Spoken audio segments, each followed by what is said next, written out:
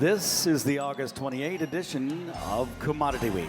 Todd Gleason's services are made available to WILL by University of Illinois Extension. Well, welcome to Commodity Week. I am Todd Gleason. Our panelists for the day include Matt Bennett of agmarket.net. We're joined by Arlan Suderman with StoneX, and Collin Waters is here.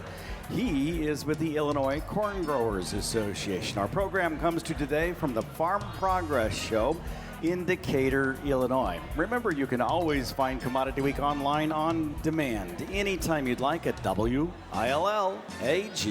Arlan Suderman, let's begin with you for the day. You've spent 3 days here at the Farm Progress Show in Decatur. You and Matt and a few others have been in the varied industries tent, and I want Matt's take on this too. What have farmers been asking you most often? Well, it all comes down to the size of the corn crop, the size of the soybean crop, and whether we're going to sell soybeans to China. I think those are the three big things, and that's the focus. And when are we, have we put the bottom in the market? That's what everybody wants to know. And Matt Bennett, are they asking you the same question or something different? Yeah, they're asking, when's the corn market going to rally? I mean, that's the first question I get asked. So, do you tell them it already has a little bit? Yeah, I mean, I tell them whenever you take a report like the August one, which is arguably one of the most bearish reports I've ever seen in my life, and you take these corn down on the week a quarter of a penny, that would be called a win in my book. And so, there's various reasons that we can go into as to why, I kind of feel like the market's acted like it has, but absolutely, things could look worse than what they do right now. They could look worse. I do want to hear about a conversation I think both of you heard or talked with Scott Irwin, agricultural economist from the University of Illinois, about.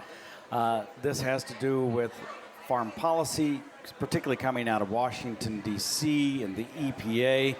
SREs, or the small refinery exemptions, aren't quite set, but it sounded to me, and I'll start here, Matt, with you on this, that Scott, and we've heard this on the radio from him already on Thursday afternoon, but Scott really is pretty bullish. The soybeans over time, as it's related to biofuels and the crush. Can you tell me about that conversation you had with him? Yeah, and so I actually came to this, drove by the tent and saw Scott out. I said, I better stop and talk to him. And after we talked about Illinois football and some other stuff, in the fact I take that it Gary Schnitke was not there to talk about Ohio State. Expectations are so high, which is very scary as an Illinois football fan. Before you get into the rest of the story, and maybe you will have made note of this too, because you're a University of Illinois grad, this summer, when I have been out at the State Fair and Farm Progress Show and all the other events, there are more University of Illinois Illini hats and shirts out than I have seen in decades, and it has to do with the sports teams. No, absolutely. I mean, we've got good athletic programs all the way around, but as you know, Todd, the best thing for an Illini football team is low expectations, because when they're high, it doesn't always pan out for us. But I'm a huge Belema fan. Coach, he's doing a good job there. But, yeah, so I stopped talking to Scott, and we had a great conversation, and I was getting ready to leave. He said, whoa. He said, we need to talk. And I said, about what? He said, basically, I'm bullish soybean oil. I said, yeah, I am too. He said, no, I'm bullish soybean oil. And I said, yeah, I get it. And so no doubt about it, when you look at the policy right now, clearly everything isn't set in stone, but everything we're getting is actually very friendly. And so bottom line, over the course of time, the build out of the crush industry is not going to happen overnight, but there will be reason for it. There will be profit margin. I mean, the crush margins are still good even today, and they should get a lot better if soybean oil goes in the direction that we think it's going to go, which would be a fair amount higher than where we sit today. But bottom line is Scott's very friendly. From the StoneX side, and you have deep roots into the industry from StoneX, what do we know, understand about the policy and how it works, and how do you see this playing out? Are you as bullish as Scott is, and how long of a horizon? Yeah, our edible oils team is very friendly to soy oil demand. When we look at the policies that have been released so far, they've been very farmer friendly on the biofuel side. And I think a big reason for that is the Trump administration trying to find other areas to support agriculture during the tariff war. When we look at what we know so far, two big questions that have not yet been answered has been the offsets for the SREs that were granted, small refinery exemptions. How many of those will have to be made up by the larger refineries? And at this point, we believe that even if there are no offsets, that's still friendly for demand. The other piece of the equation is the 50% credit, RIN credit for foreign or from overseas feedstocks. And that's one that farmers obviously cheered when it went down to 50% to try to favor domestic feedstocks. The big oil really opposed that, and the reason is they're worried we don't have enough feedstock. And that may be one we have to give on, because if we lose big oil support, they're very invested in this industry, that could end up hurting us. So I do think that we're tight on feedstock. That may be one that we see some change. Maybe it goes to 75%, maybe it goes 100%, I don't know. But right now, the two remaining things that are left, we still feel it's going to be bullish for soy oil demand. The big problem is getting enough crush built. Right now, USDA has their crush number for the next marketing year about as high as it can be with the existing crush capacity. So we need to get more built. That's going to take a year or two to do. But in the long run, this is going to be very friendly, I think, for soybeans. Yesterday, I was talking to a producer from Mitchell, South Dakota. They are apparently putting a new crush plant up there, so capacity is still being brought on board. Do you think those crushing plants that were planned but that were paused or stopped, will they come back on board quickly now? Yeah, we do see most of those coming on board. It's just restarting, jump-starting everything, and that's in the process now. It just takes that time to build it, but at least they're that far along. So that'll make it quicker than if they had to start from scratch. Arlan Suderman, of course, is with StoneX. Collin Waters is here, too. He's with the Illinois Corn Growers Association. I know you have these policy things in the back of your mind as they're related to corn. We've been talking about soybeans, but it's not the only part of this. The SREs, of course, are there. That has to do with ethanol. E15 potentially as a year-round function. What are the things that you've been watching, and what might they mean for demand? So I guess one of the things that we tend to think about, and this actually gets back to some of the work that Scott has done in the past, is the SREs. Yes, it's really, really important. It's really more important on the ethanol, on the plant profitability side. Some of the work that he's done has basically shown that there really isn't a correlation with the SREs and overall corn demand, right? So from a farmer perspective, kind of keep that in mind. We tend to get wrapped around the axle on SREs and a lot of that policy. But E15 is definitely something that needs to be done. In the grand scheme of things, I'm not sure that even just kind of addressing the kind of the patchwork issues that we have right now, if that will really generate true demand, like significant demand, right? I think there's kind of a misconception that you go to E15, well, that'll just 50% more ethanol, right? Well, no, not really, because in some of these markets where E15 is still allowed and you don't need a waiver and all that, it really hasn't penetrated as much as you would think. There's other impediments, right? So it's stuff like underground tank warranties and equipment. Having to install the pump. It's incredibly complicated, right? So it's not like you just flip a switch when you say E15 is all good, done, and we're going to have 50% more corn demand. That's not the case. And the big orange warning label that says E15, I doubt is very helpful, only because of the color of the darn thing. Yeah, and what's really interesting to me is that you're now seeing a lot of stations that they're selling the 87 octane, but it's E15, right? And so if you need E10, you got to pay for the premium. You got to get 93, right, or 91. So there are some changes happening in the marketplace, but it's not an across the board thing. So anyways, I think that right now the way that we're looking at it is that 2019 was really kind of the high watermark for ethanol demand in the United States, and we've kind of plateaued. It looks like we're going to probably, absent any sort of major policy change, that we will see a slow erosion of domestic ethanol demand. And Collin or Arlan, and I don't know who will be better at this, on the SREs going forward, it's not a completely done deal as it goes to policy just yet, because it's not quite clear if they will be required to be picked up by the large producers, so there will be a reallocation of them. But if they are reallocated, that could, I believe, if I remember the conversation with Scott correctly, cause some kind of demand push. Yeah, certainly so. We expect that. And for what the EPA has ruled on so far, there's about 1.4 billion RINs that are affected that are up for, are they going to be reallocated? But that doesn't include the applications for 2025.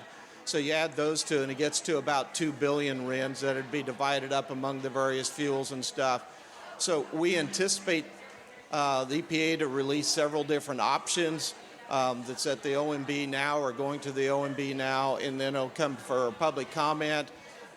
Maybe a ruling by the end of October. That may be squeezing the calendar a little bit. That's the big thing now, is when are we going to have some certainty? We believe it's going to be positive for demand, but again, it's uncertain, and the market's kind of trading that uncertainty now until we know more, and it's going to be another couple months probably before we really do.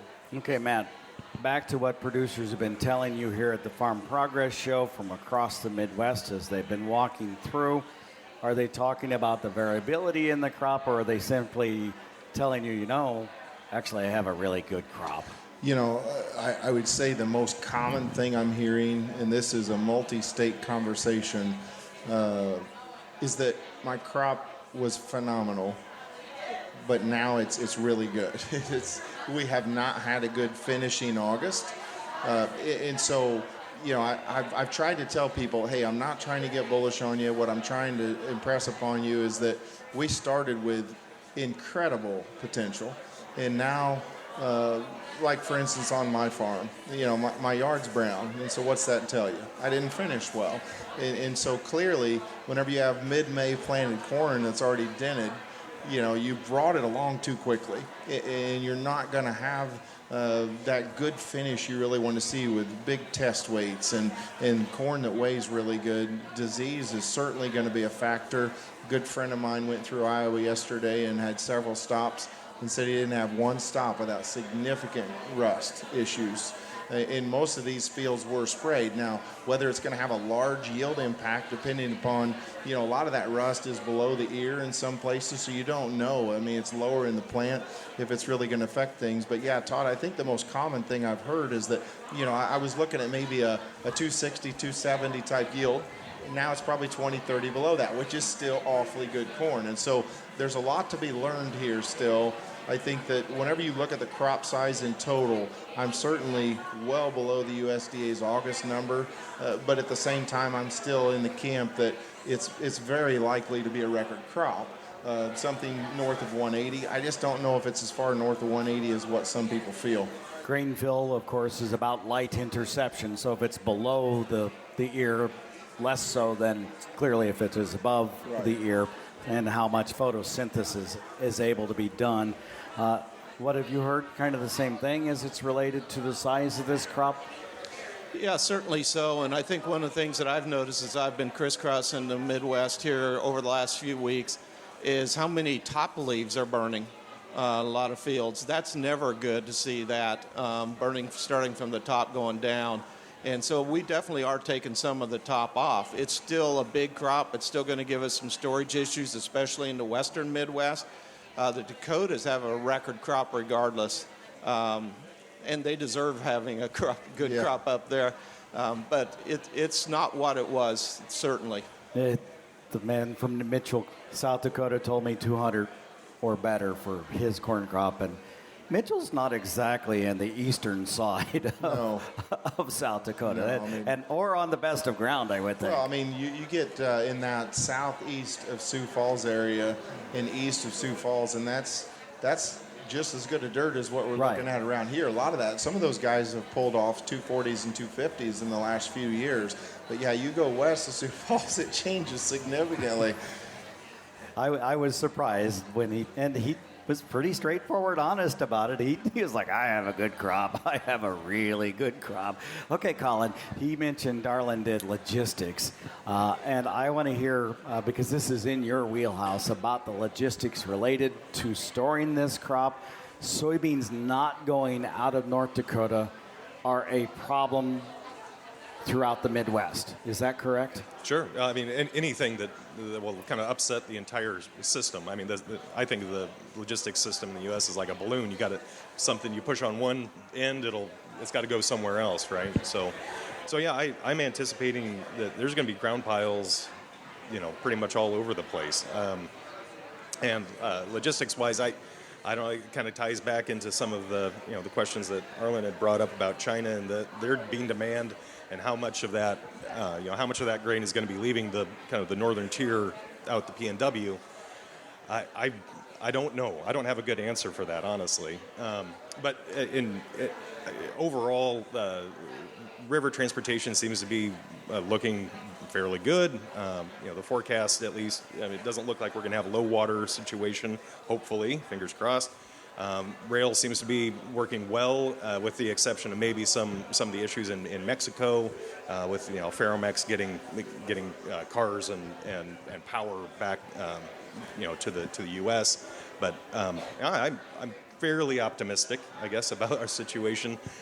That discounts everything else, all the global shipping issues. So we still have that, whether it's in the Red Sea or other struggles, but. No, I think we're going to have a lot of grain on the ground, but hopefully the system works. So anticipated it's not a problem moving the crop. It's about putting it on the ground and storing the crop. Yeah, I mean, ultimately, that's, I guess, my bigger concern is that if we continue to see kind of slack export demand in beans, not necessarily slack, but just off. And we've had a really great export program in corn, so hopefully that continues. I mean, we really need to have those export markets, especially. I mean, we're very competitively priced right now, so I would hope that continues. Matt, this is a conversation we've had many times in the last month and a half. This is going to be about the basis. You have experience, of course, in the elevator business. Putting a crop down on the ground, corn, is going to be an issue, particularly as it relates to storage space, because farmers are going to want to sell their beans across the scale, and we're going to talk about that in a second, but just basis is going to be an issue. And I think, how do you see that developing? Yeah, I mean, I think one of my biggest concerns is a grower that, for instance, knows they've got 50,000 bushels that has to go to town that they cannot store, and they don't know what they're going to do with it yet. I would just as soon have a plan for it now is to wait until October the 10th or 15th, because if you're putting corn on the ground, from my own personal experience, putting it on the ground's a little easier than picking it back up, and none of us enjoy doing it. And I can tell you, if you want to rain in central Illinois right now, start piling corn on the ground somewhere, because that's when it starts raining, okay? And then you've got quality issues. And so I've been telling guys, don't get in a position where the elevator says you can deliver, but you're going to have to sell in order to deliver. And by the way, congratulations, there's a 50 under basis to go along with it. And I don't think that number is going to be too far off. We've already got some folks at 35 and 40 under in our part of the world. And I think 50 under or worse could happen in the thick of harvest. And so I don't want to get caught in that. And so the way I'm looking at this, the grower is still very much undersold on new crop corn. And some of your originators have told me that they're still willing to have a little bit of wiggle room on basis. Of course, it's going to probably be for quantity, but if you called your guy and said, hey, you know what, I've got 25, 30, 50,000 bushels, could you go from 35 under to 25, 27 under?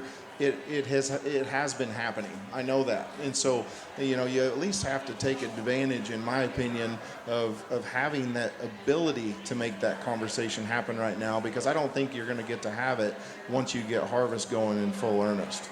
So you are of a mind, just off the quick calculation, that basis depreciates somewhere between 15 and 20%?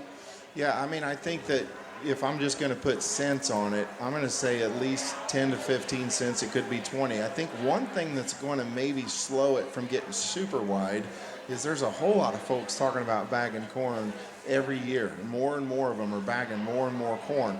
And so if you're going to bag the corn, obviously, it's going to take a little pressure off the system. And I have had a few originators tell me that they feel like two things. The crops probably, if it was a 188.8, Todd, I could have seen basis levels that would make your, head explode. But you take that down just a little bit, it's going to take a little pressure off. And then, of course, guys finding another home for that corn, in my opinion, is going to make the elevator maybe not near as horrific as what we thought it might have been originally. Arlan, I want to talk about basis a little bit, but I also want to talk about competition. The safrinha corn crop is coming out of Brazil. I think marketed into just about now. It should be coming in making it to port there, if I remember correctly. That's competition.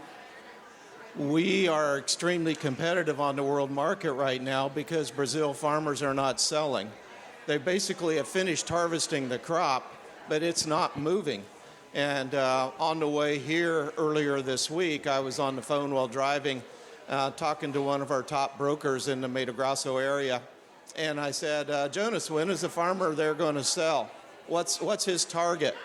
He said, they're waiting for the rally. They're waiting for the sounds familiar rally in the board. I said, just like the U.S. farmer then.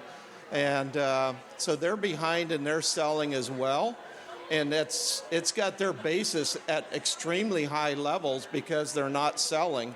And that's why our exports are strong. The other reason our exports are strong, and I wanted to mention this, is a year ago we had 30,000 head of feeder cattle a week coming across the border out of Mexico in the United States to be fed here. And the border's closed now because of the New World screwworm. So we're exporting the corn to Mexico so they can feed the cattle down there, slaughter them, and send the beef up here. So USDA should have cut their feed usage number on August 12th, and instead they bumped it another 250 million bushels. The numbers don't add up. And so while there's a lot of positives out here, that's one you got to be aware that as the crop gets smaller, demand is going to get smaller as well. USDA fluffed up that feed usage number, and that's going to shrink as the crop gets smaller. I don't want to be the big bear here on that, but here I say is the more basis falls at harvest time, the more it has the opportunity to recover and the person be able to capture it as long as they have a home for that corn that they planned ahead. Did Jonas also tell you that when you asked when they would sell, it would be after they got back from the Farm Progress Show or about the same time that producers here are going to be forced to sell across the scale? Yeah, absolutely. He's very familiar with the Farm Progress Show. Yeah, a couple of things. Of course, Arlan and I have had a chance to talk together. Seems like almost every day here lately. But one thing, and I don't know if you saw this, Todd, but the Brazilian grower who'd made a lot of money in the last 20 years, they're on the struggle bus right now. And so I read a column the other day that one of the larger lenders in Brazil, 600,000 clients, about 20,000 of them are currently in default. And so, one thing I've told a lot of growers looking forward, is that this is a situation where if the U.S. farmer's having a hard time making money planting corn due to high fertilizer costs, high input costs, we're not alone. We're not rowing in that boat alone. So, whereas we know the grower's going to plant a lot of beans this year, the verdict's out on what their appetite's going to be to ramp up corn acreage significantly if input costs, we don't get some sort of relief. And right now, from a fertilizer standpoint, and Arlan's buddy Josh Linville would agree with me on this, because it's why I have the opinion I have, because I talk to him all the time. I don't see a lot of relief on fertilizer. It's very concerning. And so I just want to go back to, you said, what are growers asking me? They're saying, what if I don't put my fertilizer on this fall? Can I expect it to be cheaper next spring? I'm very concerned with that mentality, Todd, and here's why. At some point, the focus in my opinion, is going to shift to 26. And even without this big demand increase, you've got phenomenal world and U.S. demand for corn.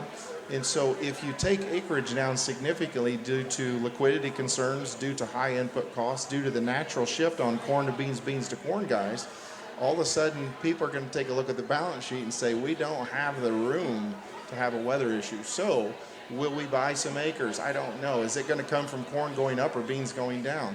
I don't know. But if you get a corn rally, I can assure you, fertilizer is not going to come down. Last point, real quick, sorry. 545 million bushel increase in demand on this report, okay? And so one thing Arlan and I have been trying to help people understand is that that's a big jump, you know? And that's the protocol. USDA typically, if they increase production, they raise demand as well. And so if you go ahead and you take 5-6 bushel off this crop over the next 2 reports, you've got all the demand and then some to offset that if you want to. Now, there's reasons to believe that we could leave exports the same, but I'm with Arlan. This feed and residual, it gives them some wiggle room, you know. I think that they're going to have to dial that back. And so we've got to be cautious as to assume, hey, this is a 184.5 yield in September. I'm not saying that's what will happen, but if it was, these guys are going to say, this is bullish.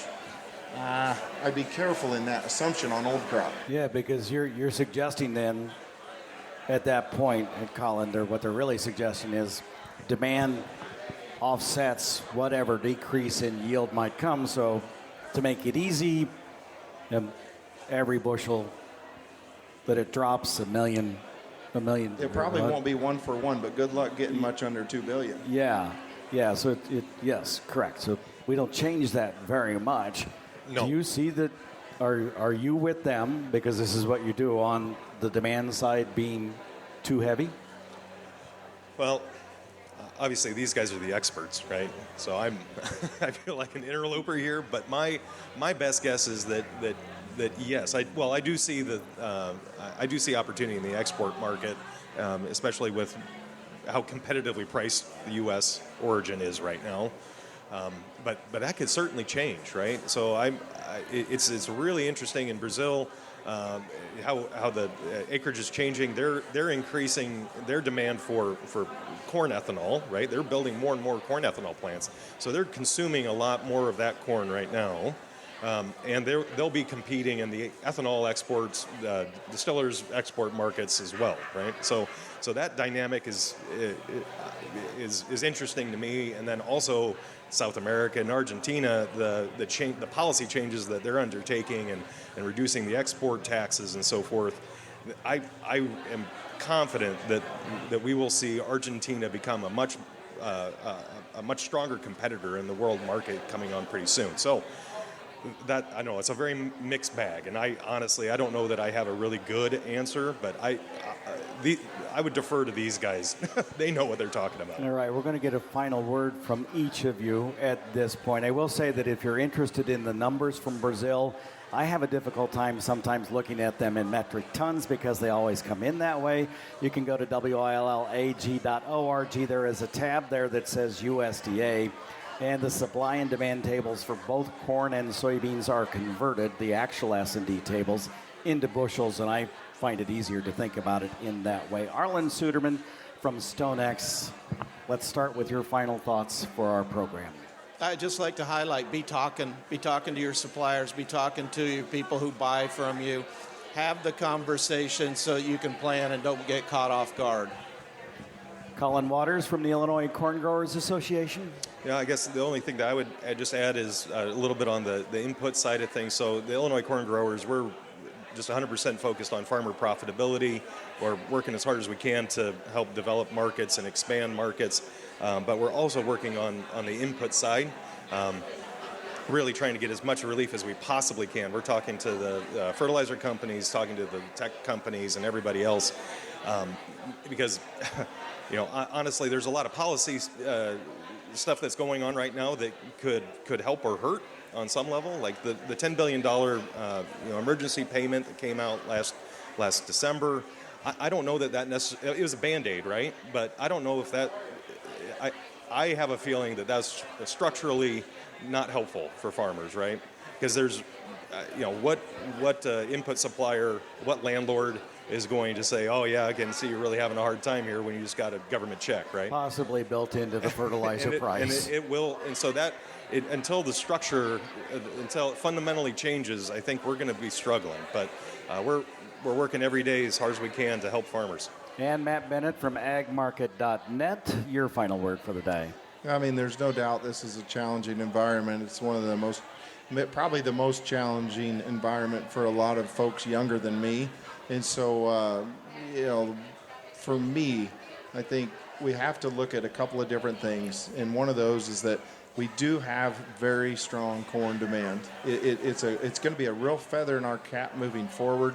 I think it's a very dynamic environment we've got with input costs. We could see a bit of a pendulum swing over the next several months. And so I don't want to just put my head in the sand and do nothing here. If I'm have the ability to have a home for corn like Arlan was talking, I certainly think that it's probably a smart idea. Look at the carries in the market. What can we do with this crop? Sell the carry, wait on basis to come back to you, handle it like our grain elevator does. I think it's something that we can have base hits and at least live to play another day, because it's not all lost. Commodity Week, of course, is a production of Illinois Public Media. It's public radio for the farming world. You may find and listen to us on demand anytime you'd like at willag.org. That's WILLAG.org. Our thanks go to our panelists today, Matt Bennett, Collin Waters, and Arlan Suderman. I'm University of Illinois Extension's Todd Gleason.